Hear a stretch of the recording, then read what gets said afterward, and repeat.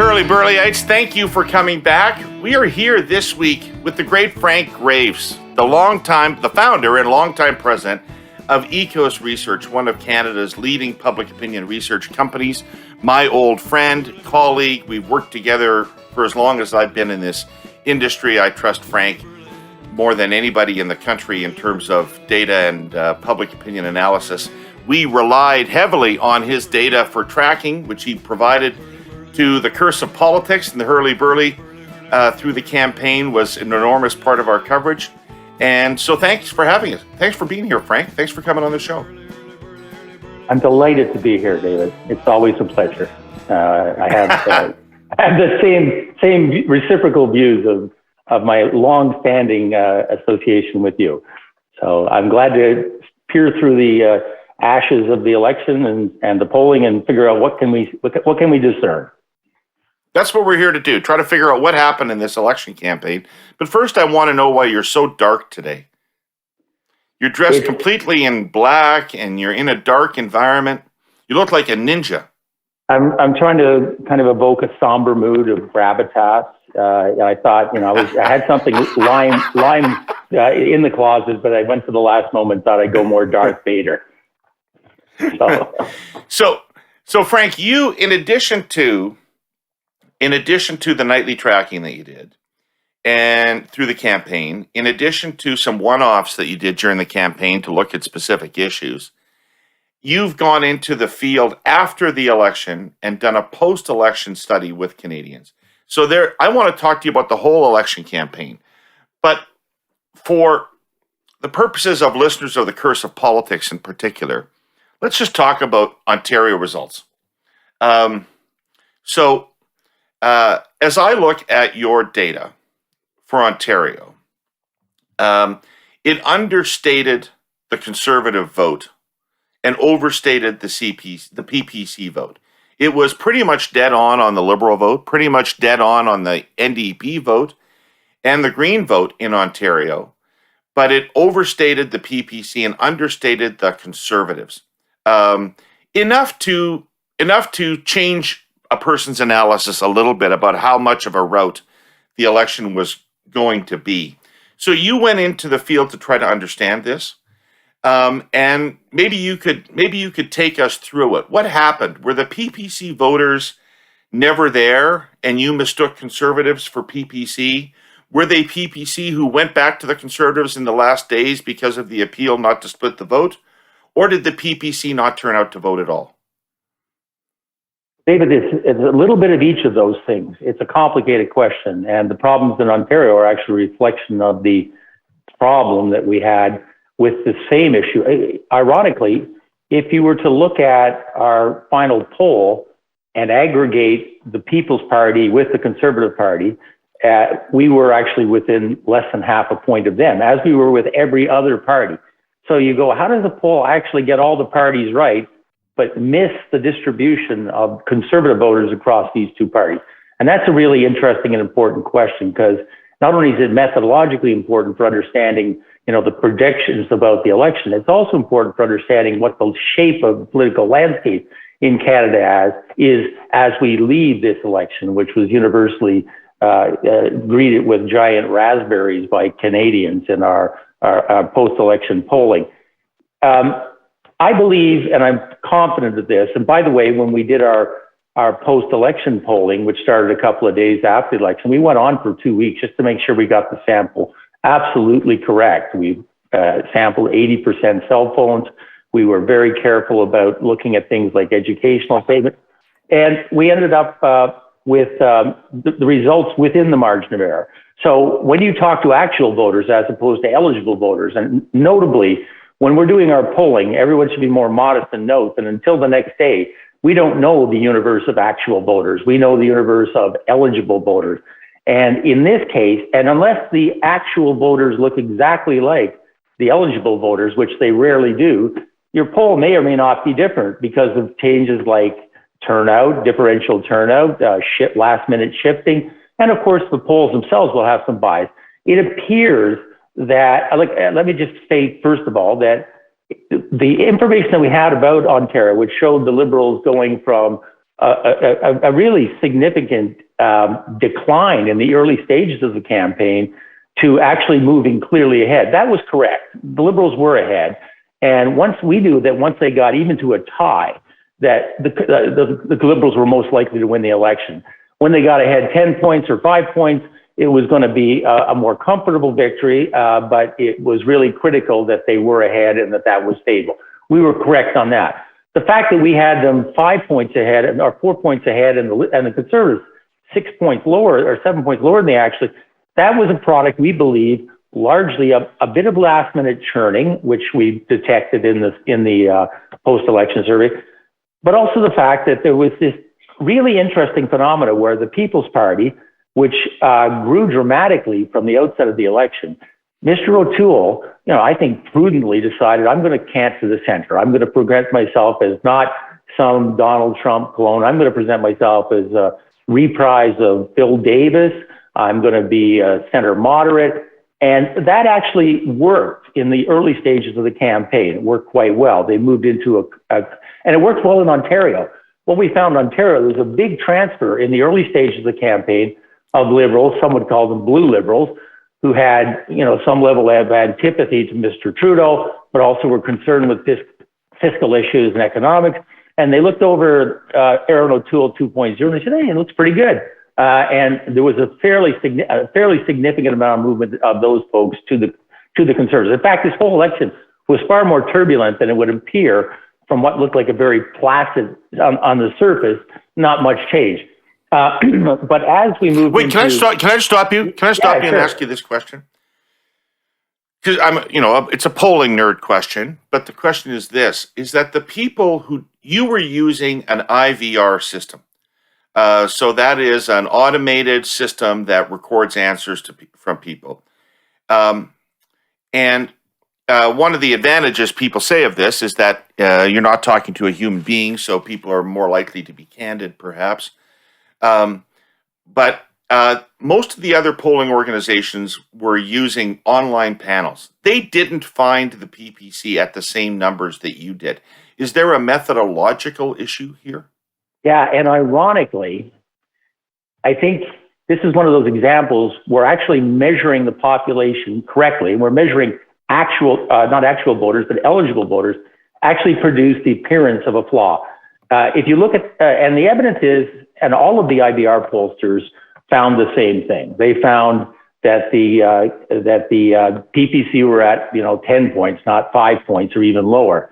And you go, well, are they all wrong? Or because when you see the final election results, you go, well, look, it was only 5 points. They were all wrong. No, I think they were all right. In fact, our colleagues in the States, Pew, have done an experiment where they used IBR, which they don't usually use, to recruit members to their panel. They have a probability panel like we do. And they found that the IBR did a better job of capturing institutionally mistrustful. Institutionally mistrustful basically defines the People's Party. In fact, that is probably the hallmark criteria of this group. Guess what? They're less likely to engage in surveys, but they're more likely to do a survey apparently by punching in the answers to their phone on a cell phone than they are by belonging to a panel. Interestingly, I haven't revealed this, but I will put it out in our final release. We did parallel surveying using Live Interviewer and our random probability panel. We got the same results with a modest, insignificant difference. The IBR showed the People's Party at, say, 10. The Live Interviewer showed them at 8. That wasn't that far off from what we were finding in some of the other probability methods. For example, Mr. Nanos' polling also had them within a couple of points of where we were. So bluntly, I don't think in an opt-in online panel that these institutionally mistrustful people appear. APOR, in reflection on the U.S. election, noticed... I believe they can tell by question wording. I believe they can tell by question wording whether the poll is being done by somebody they trust or don't trust. Correct. I think so. Now, we've been told, some people claim, well, so what's the big deal? Well, the big deal is, I think in the United States, that the closest analog to these voters are Trump supporters. And in the United States, they actually will appear, using our methodology, They will not be as well reflected in other methodologies.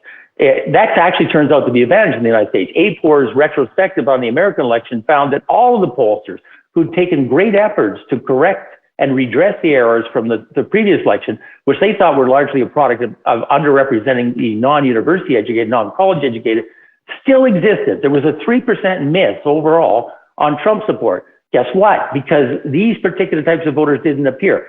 Is that because they're shy Trump voters and don't reveal their real choice? Absolutely not. We polled in the U.S. in the lead up to the election using both IVR and live interviewer, and we found that, contrary to the shy Trump thesis, that people in the live interviewer who were more likely to tell us they were voting for Trump than those in the IVR, supposedly insulated from social desirability and shy effects. So that isn't the problem. The problem is that you don't get these sorts of voters in most conventional sampling, and certainly not in a traditional online opt-in panel.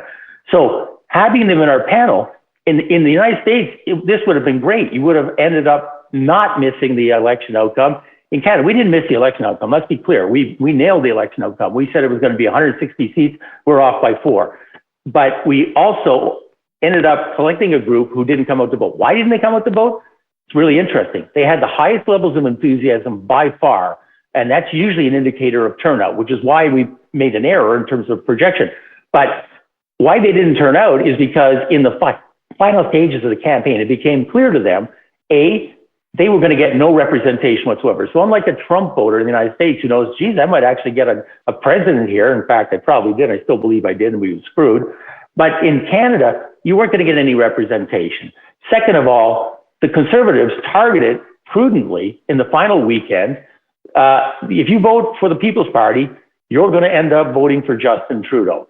And that was highly effective. In our exit polling, we asked the People's Party voters who were leaning that way, who either didn't show up or who switched, and there was a significant number that did, why did you do so? More so than any other party, it was to prevent another party from winning. So the evidence was clear that this group, through a combination of, I'm not going to get any representation, I'm very enthusiastic about Bernier and my party, but I know we're not going to get any actual representation in Parliament, so they either stayed home or switched. The other thing that was interesting is that this same enthusiasm that we thought, ironic, perhaps incorrectly, would lead them to vote, translated into massive disaffection with the outcome of the election. So 98... Okay, hold on. You're getting ahead of me. Because I want to stop talking about polling now and start talking about the actual election. But now, as they say on television, a word from our sponsor. I've joked here about losing my abs years ago and even given progress reports on my sit-ups as I try to find them again. I'm at 5 now. But there are significant, critical, sometimes life and death benefits that come with using something. Our presenting sponsor, TELUS, invests in spectrum to digitally connect parts of our country. So especially people who live in our villages, communities, and towns can continue to live and thrive in those rural places. If you need a reminder, spectrum is the radio waves that make your cell phone, GPS systems, and Wi-Fi work.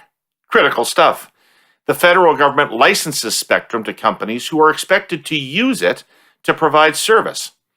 TELUS is doing exactly that by bringing expanded digital connectivity to places like Alex and Westlock, Alberta, small agricultural towns that can now grow and compete globally, while providing education and comprehensive healthcare services to their families. How important has all of that been these last 19 months? But here's what's happening, here's what's not happening in way too many other rural communities in Canada. Their spectrum is controlled by regional carriers who think it's a better idea to squat on it and then resell it for millions in profit, rather than actually use it to improve people's connectivity. Regional does not mean small. These are multi-billion-dollar regional companies who get billions in government spectrum subsidies. And the fact is they deploy less than 20% of the rural spectrum they hold. Communities suffer, people suffer. TELUS, on the other hand, has the strongest track record of deploying their rural spectrum.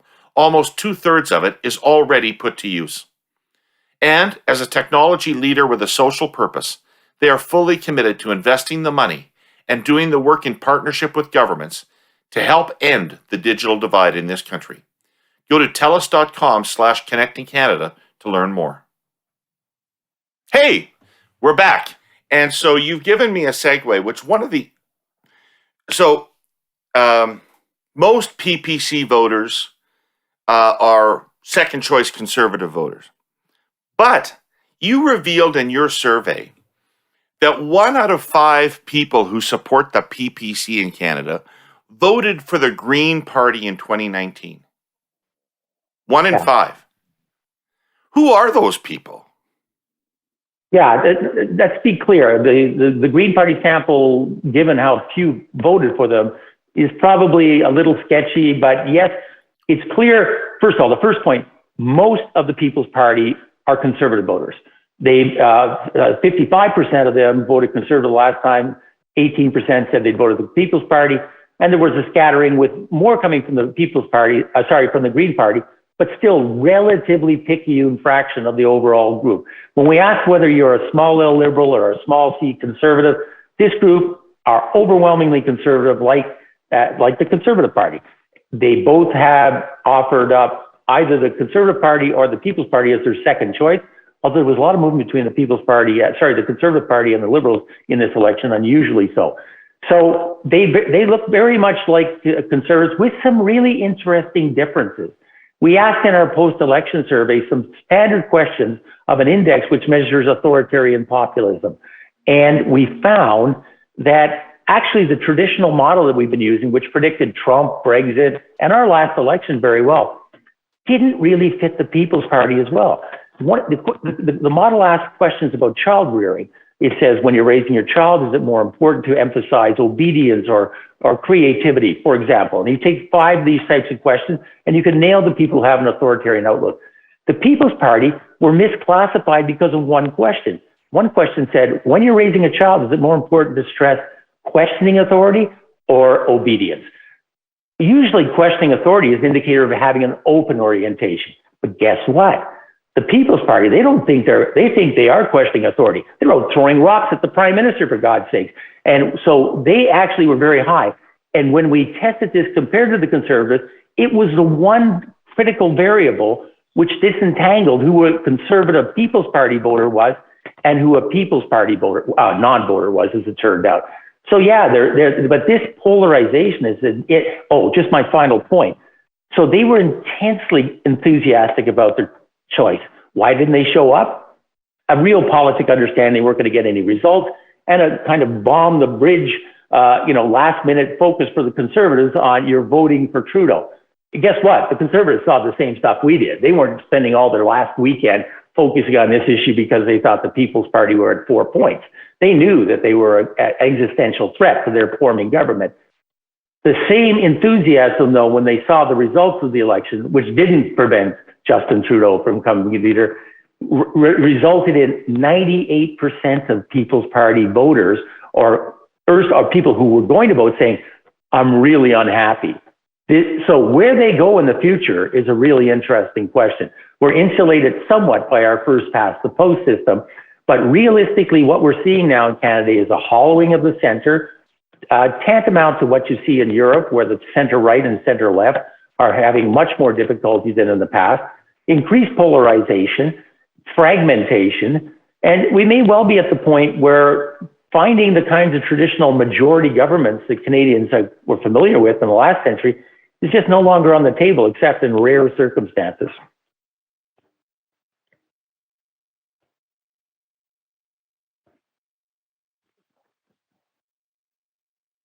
I'm on mute. My fault. I was on mute. Okay. I'm panicking. No, it's my fault. Frank, why are the Liberals down in the low 30s? Why does the Liberal Party now get 32% of the vote? I believe because of the same thing we were talking about, that just as in Europe, that we're seeing higher levels of polarization, what some call effective polarization, the degree which you can't stand the other side. Actually, Canada and the United States are unique in the fact that they have risen dramatically on those measures over the last 20, 25 years. But I think as well that this hollowed center just doesn't provide the same kinds of rich opportunities for finding your 40-point magic point that used to be the threshold for finding a majority government. You've now got more of a boutique parliament where if you're a little farther out on the right, you can vote for the People's Party. If you're, further out on the environmental side, you can vote for the Green Party. That's an interesting question about what happened to the Green Party. I don't think it's that puzzling. They had a meltdown, but I believe that they were actually in a position to have done really quite well in this election if that hadn't happened, for the very same reasons. First of all, the specter of a conservative majority, which is what conditioned a lot of promiscuous progressive voters to say, I really like the NDP, but I'm not going to vote for them because I don't want to give the conservatives a majority. With that specter off the table, I think that we would have seen the Green Party doing considerably better under these circumstances. So that, I think, was kind of distorts some of the hypothesis, along with the fact that even though the People's Party, even if they're 10 points, 11 points, they're really not going to get any seats in our system. So, but really the patterns are very clear. If you look at the pattern of government support, if we go back to the Mulroney era, the Chrétien era, and even as we went through some parts of the Harper era, the numbers have been progressively declining. You used to form government with roughly 40 points. Now you can form government with 32 points, as the Liberals show. Now, it is interesting that the Liberal vote, and this was similar to what we saw in the United States in the last election, it now is intensely concentrated on what we call the open side of the spectrum. People who are in favor of immigration, are concerned about systemic racism, high supporters of climate change. That was much greater predictor of Liberal vote this time out than it was the last time. And that was true in the United States as well. The Democrats became more engaged and more focused on the open side. The ordered or authoritarian side still predicted Trump vote, but that was a shift. It was almost a yin like yang response to the threat of authoritarian or ordered populism. So how does the profile of Liberal voters differ now than it did when Mr. Chrétien was leader, for example, in the 90s? Well, apart from the obvious one that there's fewer of them, I think the main difference is that they're more likely to be women. They're much more likely to be university educated. Does that mean they're less likely to be men? Yes, they are. In fact, the gender gap is very, very large. Liberals aren't doing particularly well with millennials. With millennial women, they are, plausible second choices, and they did pick up some votes from the NDP in some of our modeling. But no, I think the main differences are the Liberal vote right now is concentrated in urban, university, more female, middle to older age groups. So that's a different and smaller constituency than Mr. Chrétien enjoyed.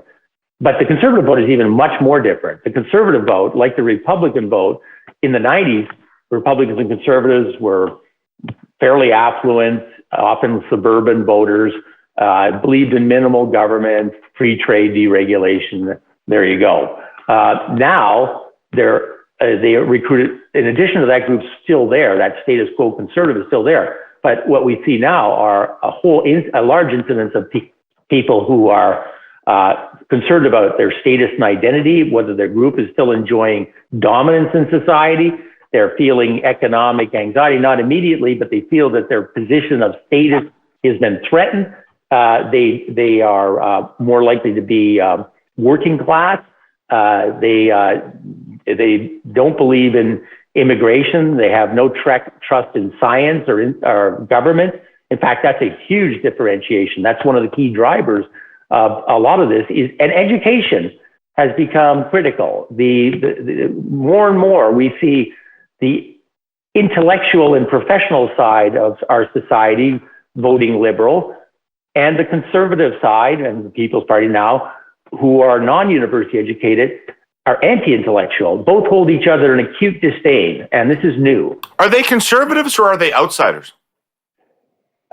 I don't. Yeah. By which I mean outside the system that's working. Liberals are inside the system that's working, and these people are outside it. They don't have the right education. They don't have the right credential. They don't think the right things about women, or so they feel like they're outsiders. Yes, they definitely are missed. In fact, one of the new questions we added to the index, which worked really well to get the People's Party, was instead of saying, when you're raising a child, is it more important to stress questioning authority or obedience? We put in a question that said, is it more important to trust science and experts or to be skeptical of elites and experts? And bingo, that nailed at least the People's Party. It didn't nail the Conservative Party, interestingly. The Conservative Party looks like more traditional authoritarian, at least a large portion of them. So I don't think there is much outsiders. Definitely the People's Party are anti-establishment, mistrustful of government, mistrustful of media, mistrustful of mainstream public institutions. So yeah, they are outsiders. But the other thing was, if the election was about anything, and it wasn't about much, given that we have a country on the brink of facing some of the biggest policy challenges we've seen in our lifetime, and the election was really, should Justin Trudeau have called an election? Oh, look, Aaron O'Toole seems to be a reasonable guy. Oh, wait, he doesn't like guns and he's not getting all his people vaccinated. And that was it. That was pretty well the election in a nutshell. But the People's Party and the whole issue of vaccines, by the way, and vaccine mandates became a critical driver of this election. And if there's anything came out of the election that was positive, it was basically we've got a strong federal vaccine mandate, which may well accelerate the conclusion of this pandemic. But yeah. So Frank, let me make your point. Let me make your point for you. I've got up one of the slides from your deck, and this deck is going to be up on the Air Quotes Media website, where you can review all of this data at your leisure and presumably run into Frank at Whole Foods or the Royal Ottawa and have a chat with him about it. But let me read you. You asked people in your post-election survey, what priority the federal government should be placing on a number of issues. Right? So let me read you in order from top to bottom. And you stop me when we get to an issue that was discussed in the election campaign. Healthcare, jobs and growth, long-term care homes, mental health, unemployment, infrastructure, education, gap between the super rich and everyone else, growing and strengthening the middle class, skills development. So I'm through your first chart. Have we had anything that was an issue in the election campaign yet? No, we haven't. Nada. So maybe that's why we're basking, as your poll found, in such post-election euphoria, right? Everybody's delighted about the election. Is that what you found? Yeah, actually, fully 20% of Canadians are satisfied with the election. It's like a collective hosanna. Thank you very much. Thanks for the $610 million waste of time. Really glad that we got something that looks really a whole lot like what we just had and didn't wrestle with any of these massive problems, which are all listed on the front of those. So that's highly unfortunate. We did, however, get to the issues of vaccine mandates, which I think was not a bad thing, but it was certainly not judged as. By the way, even liberals, you think would go, oh God, at least we dodged a bullet, got government again. And by the way, despite all this disaffection, I think this is going to be a pretty stable parliament for a number of reasons. First of all, I think it was pretty stable before the government called the election. It was working and doing a lot of really profoundly, measures that would have normally been like, just heart-stopping levels of expenditures and investment with no problem. Here we go. Boom. Yes, sir. Let's want to serve. No problem. CEWS. Let's do that. So it wasn't like they weren't getting things done. But I think what we'll see is a parliament that's, first of all, I think a lot of the parties, particularly guys like the NDP, who apparently spent $25 million burnishing Mr. Singh's brand, on TikTok, which, fine, go for it, but didn't produce any real significant movement. I don't think they're going to have much appetite. Mr. Blanchette, one of the things you might have noticed from the exit poll is that the plurality of Quebec voters made up their mind after the national debate. What happened at the national debate? Let me think. And so, and also you might notice that only 3% of People's Party voters made up their minds on elections day. Why aren't liberals happy with the election? Because I think liberals are like everybody else. They just go, I'm glad we got a Liberal government, sort of, but what was the point? Really, what was the point? And I think answering that question, we can retrospectively fit, well, we needed to get a mandate on vaccines, which I think if you kind of argued that earlier in the game, might have been more persuasive. But really, it's pretty hard to sift through, particularly if you look at that list of issues and what we discussed and what Canadians wrestled with, is a lot about nothing. And bluntly, if the Liberals, if the game was to find a majority, and it was, that's what parties do. You know even better than I, that if you staring a majority in the face, the elusive majority, the ever increasingly chimera majority, you go for it. And by the way, if you looked at the numbers in June, I know you did, because we did too, it looked like a majority. Guess what? They didn't call it in fucking June. There you go. They didn't fucking call it in June. If they'd listened to you, they'd be sipping beer with their majority now. But, they didn't. Well, as they say in Westeros, winter is coming. For most of us, that means car engines grinding and whining reluctantly to life in the morning, or the uniquely unpleasant feeling of an Arctic wind whipping your jeans against the skin of your leg at 30 below zero, or the keen longing for April's arrival. Let's face it, soon enough, we'll be sheltering in place. But there are people who cannot shelter, even for a moment. The workers up in cherry pickers repairing electrical lines, or collecting our frozen garbage and keeping our streets passable, or first responders. The essential people. Our sponsor, CN, falls into the essential category. Its trains simply must keep running, and running on time, or the gears of the economy eventually freeze. As I've noted here, if you've got it, a train probably brought it. And believe me, it can be tough running trains in the dead of a Canadian winter. Extreme cold is hard on steel tracks and wheels. Ice crystals effectively attack metal. CN crews have to intensify inspections. The railway's acquisition of high-def monitoring technology helps, but still.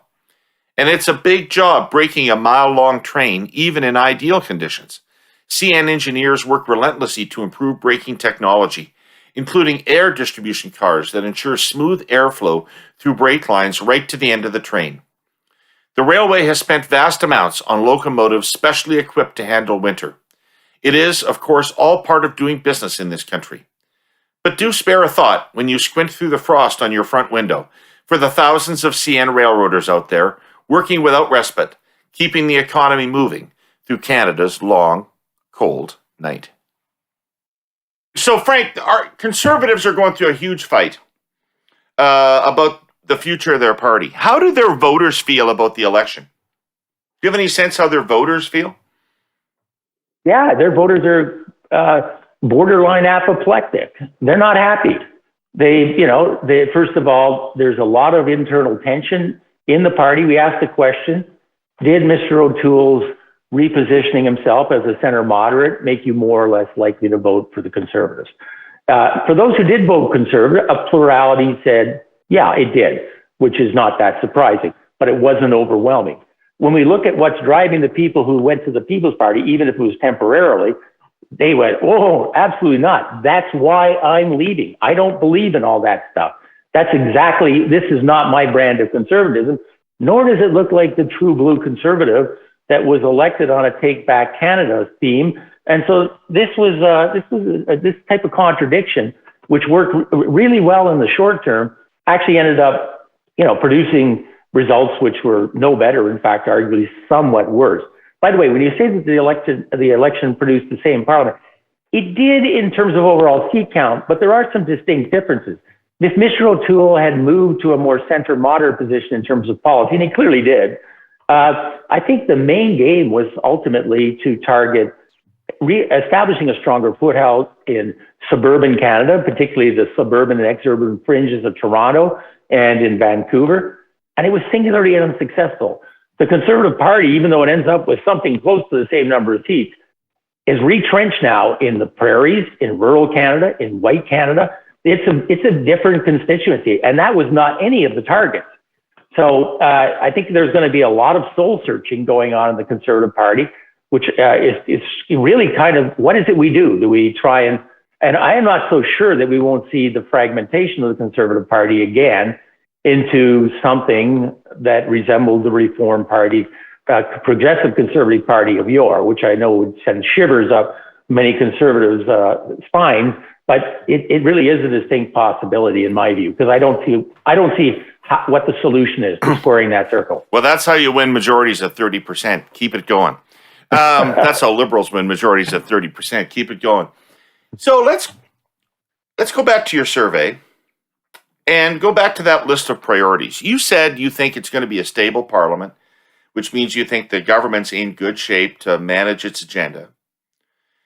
What kind of problems might it present for the government that in that list, on that chart, healthcare, jobs and growth, long-term care homes, mental health, unemployment, infrastructure, education, gap between rich and poor, growing and strengthening the middle class, skills development, none of that's on the government's agenda. None of that is on the government's agenda. I hear healthcare and economy from that list. That list says to me healthcare and jobs. And that's not the government's agenda. The government's agenda is on your next slide, which is all the lesser important things to people.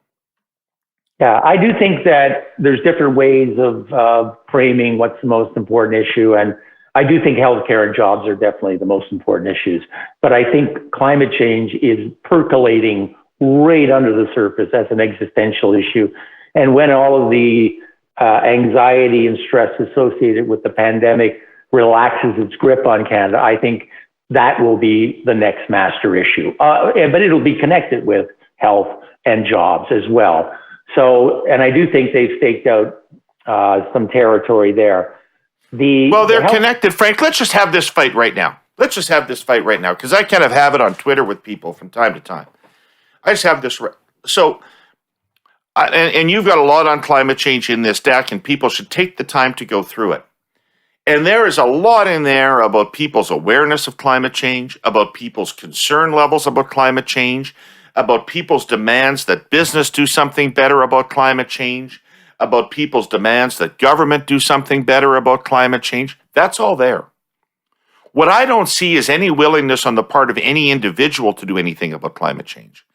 And that's probably tied in with this economic anxiety. Continue to see no willingness to sacrifice. And I continue to believe that the carbon tax could have been a sword for the Conservatives, because I don't believe that people think that they need to pay 4 times what they're paying for gas in order to solve climate change. I don't believe that. Yeah, I largely agree with you. The tracking we have on things like denial of climate change and acceptance for the need, however reluctantly, for a carbon tax, both have been going up, modestly but clearly, for the last 15 years. And so I think that although Canadians have always been heroic about the environment, except when it came to actually their pocketbook, that they're a little more willing to walk the talk than they were in the past. And I believe that, I'm guessing that once the pandemic fades, but you're absolutely right. One of the things we've asked Canadians about, what is the principal sources of stress? And 37% of Canadians say, I'm feeling a lot of stress today. In a normal environment, that number is 20%. And this protracted experience of stress and anxiety has been going on now for almost 2 years. Remember, at the outset of the pandemic, most Canadians said, this is going to be over in 6 months. It's horrible, but it's going to be over in 6 months. Here we are, well over a year and a half, and the finish line isn't really that clear yet. But what's happened recently is I'm seeing a sharp rise in concerns with, I agreed with all this massive spending. We should have done that. We should have backstopped Canadian businesses. We should have done all the spending we did, but I don't believe that that's going to be painless. I don't believe that because interest rates are low or government's borrowing rather than me borrowing, that all this is going to get solved. I don't believe that we've got the right guardrails or whatever you want to call them, I think we're going to be looking at either tax increases or cuts to services. I also am very worried about inflation. Canadians are telling me that inflation now matches their concerns with things like, are we going to have another variant appear? Or what do you think about the fourth wave? So there's a lot of visceral fear, which translates into, I can't get a house. I don't know. My food now looks much more expensive. I'm having trouble with my credit card bills. And so, yes, this is definitely a factor. We saw that playing out in the election, by the way. Early on, I think that's one of the things that caught the Liberals off guard, or not off guard, but the Conservatives were seen as more plausible stewards of dealing with fiscal rectitude and perhaps economic recovery. And that's why I think in both Ontario and BC, a lot of blue Liberals shifted over to the Conservatives in the early stages of the campaign. So that remains a threat. But on healthcare, I want to point out that Canadians are scratching their heads about, look, overall, we did great on the vaccine. We didn't do that bad in terms of the number of deaths. Long-term care facilities was a disaster. But other than that, we looked a lot better than the UK or our neighbors to the south. But interesting statistic. Last week, if you looked at the 2-week rolling average of deaths per capita, a grim statistic, it was running in Saskatchewan at over 6. It was 0.3 in Nova Scotia.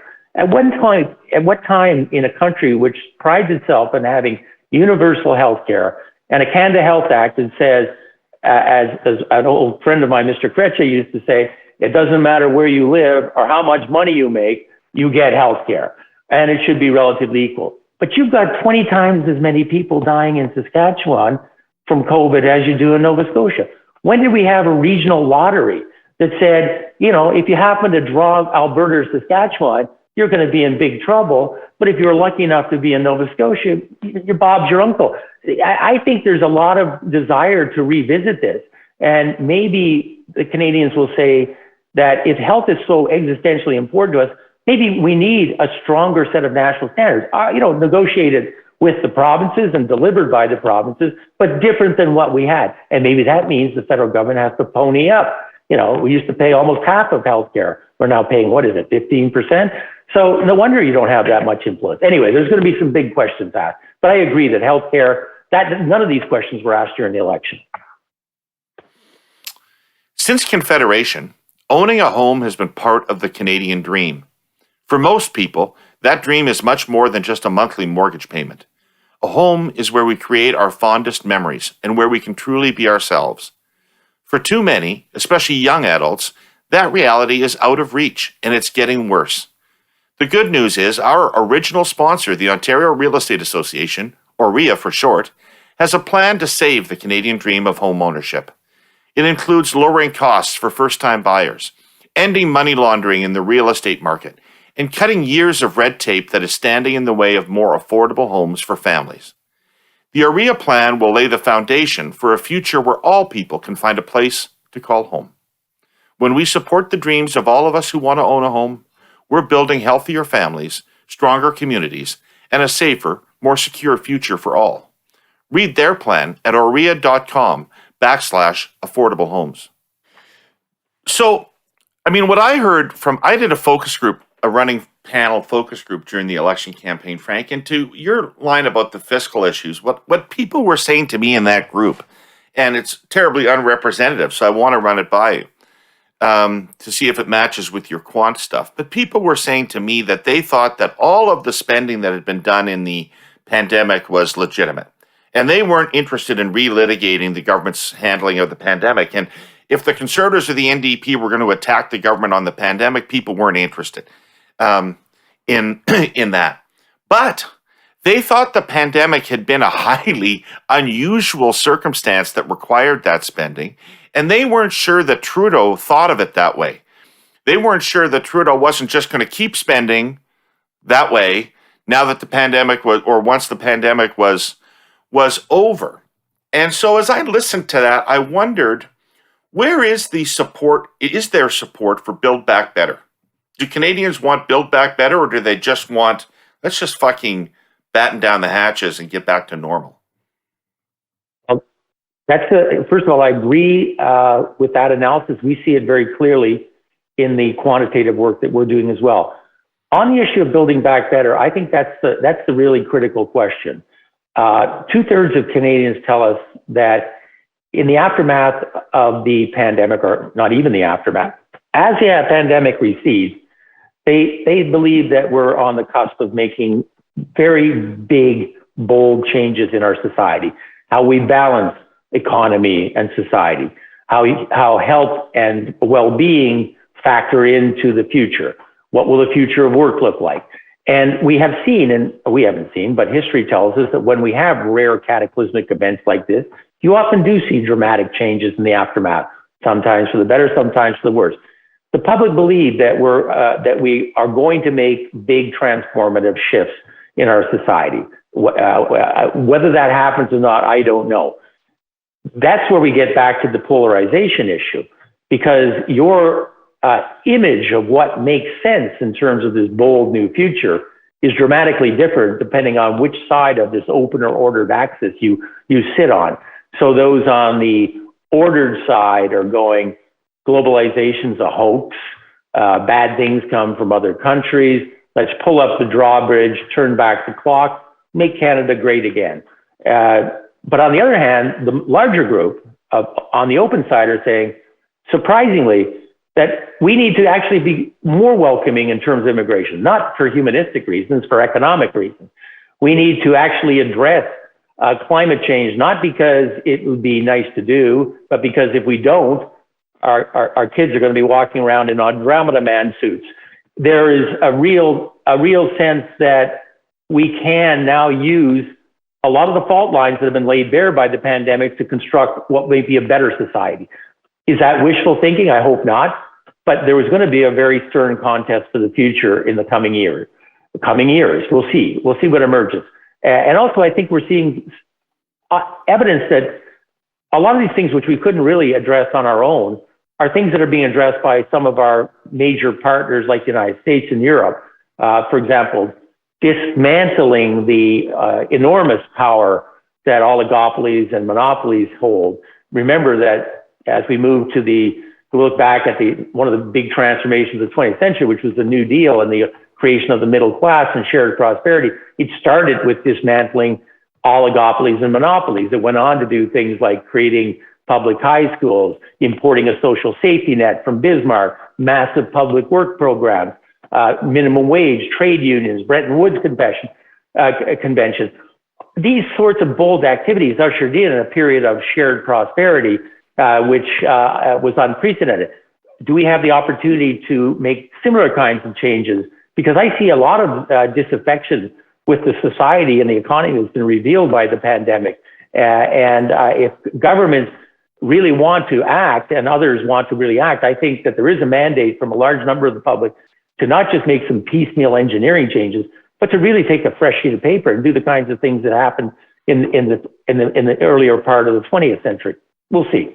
So if the Liberals were to listen to their voting constituency, and if they were to ignore, the Liberals were to ignore the conservative side of the spectrum and look at their voter base, whether that's New Democrats, Bloc Québécois supporters, whoever they are, what would they do? What do those people want in terms of Build Back Better? What big change in society do small L Liberals want? Yeah, and you're right. Despite the fact that we have these various boutiques of the NDP and the Bloc and the Liberals, those groups, those voters are all pretty homogenous in terms of core values, all defined by this open posture. What do they want? They want more immigration. Not simply because they're going, oh God, multiculturalism, great. Don't you love all this, this diversity? No, we're really old and somebody's got to pay the bills. And we haven't got enough people to do things. We've got a big empty country. This big empty country is going to look relatively more hospitable because of climate change than, say, other countries which are going to suffer more of the outcome. So I think Canadians are also saying, surprisingly, we don't want to be isolationists. We're concerned about the fragility of global supply chains, want to make sure we don't get caught in that problem again. So we might want to build up our own manufacturing capacity, maybe in innovative areas like electrifying our economy and transportation. But support for things like trade liberalization has actually gone up. Support for immigration has gone up. So I think and support for investment in human capital, skills, education, knowledge has also gone up. We want to be smarter. We want to be a bigger country with more people. And I think there's a mandate to move forward with that vision. So I think it could be an exceptionally exhilarating time for Canada, which has all kinds of unique opportunities, both in terms of its resource base. It's relatively going to be less harmed by climate change. We're going to have a fully navigable, not just Northwest Territories, the Arctic Ocean. The places where we can grow things in Canada is going to expand dramatically, probably another 1,000 kilometers north. If you put enough people in, you could argue that Canada, for all the Greek chorus that surrounded how we've dealt with the pandemic, did really well. I mean, we've really screwed up, a couple of things, but overall, we got vaccinated better than any other country pretty well in the world. I know Malta beat us and Gibraltar. Let's put them aside. We did great. We're getting close now. And by the way, in our poll, we find that 89% of Canadians have vaccinated, which is pretty well, if you look at the numbers over 18, spot on.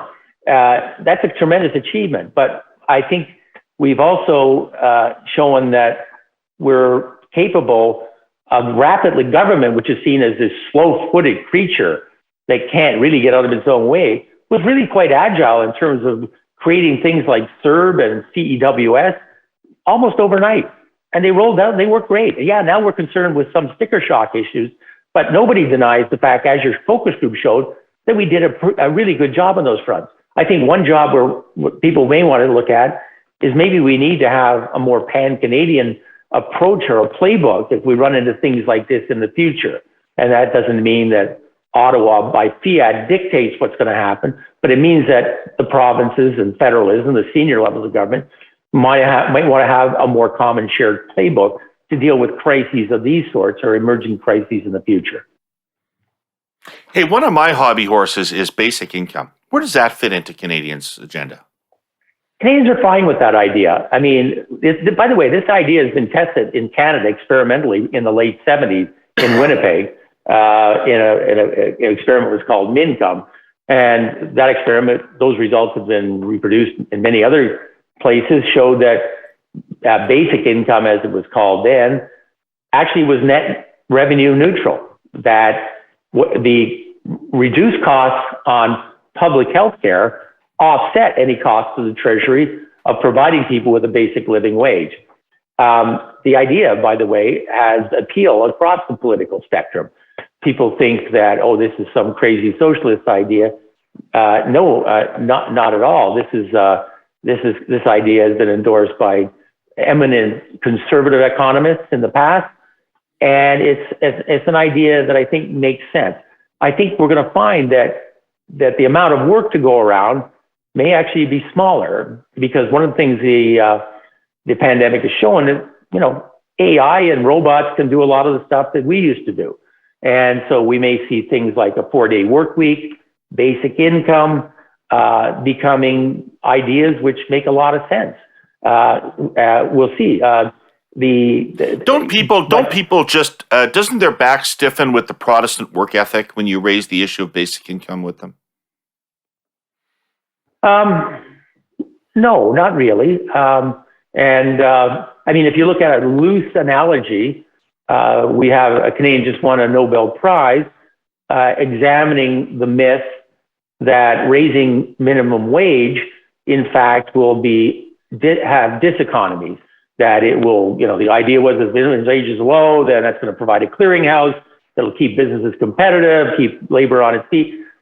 They found that in jurisdictions which had introduced higher minimum wages, there was no impact of that sort. And I believe we would find the same thing. As I say, the experimental evidence is the same. So there's people who still cling to the kind of Dickensian, the poor author their own misfortune by indolence and so forth.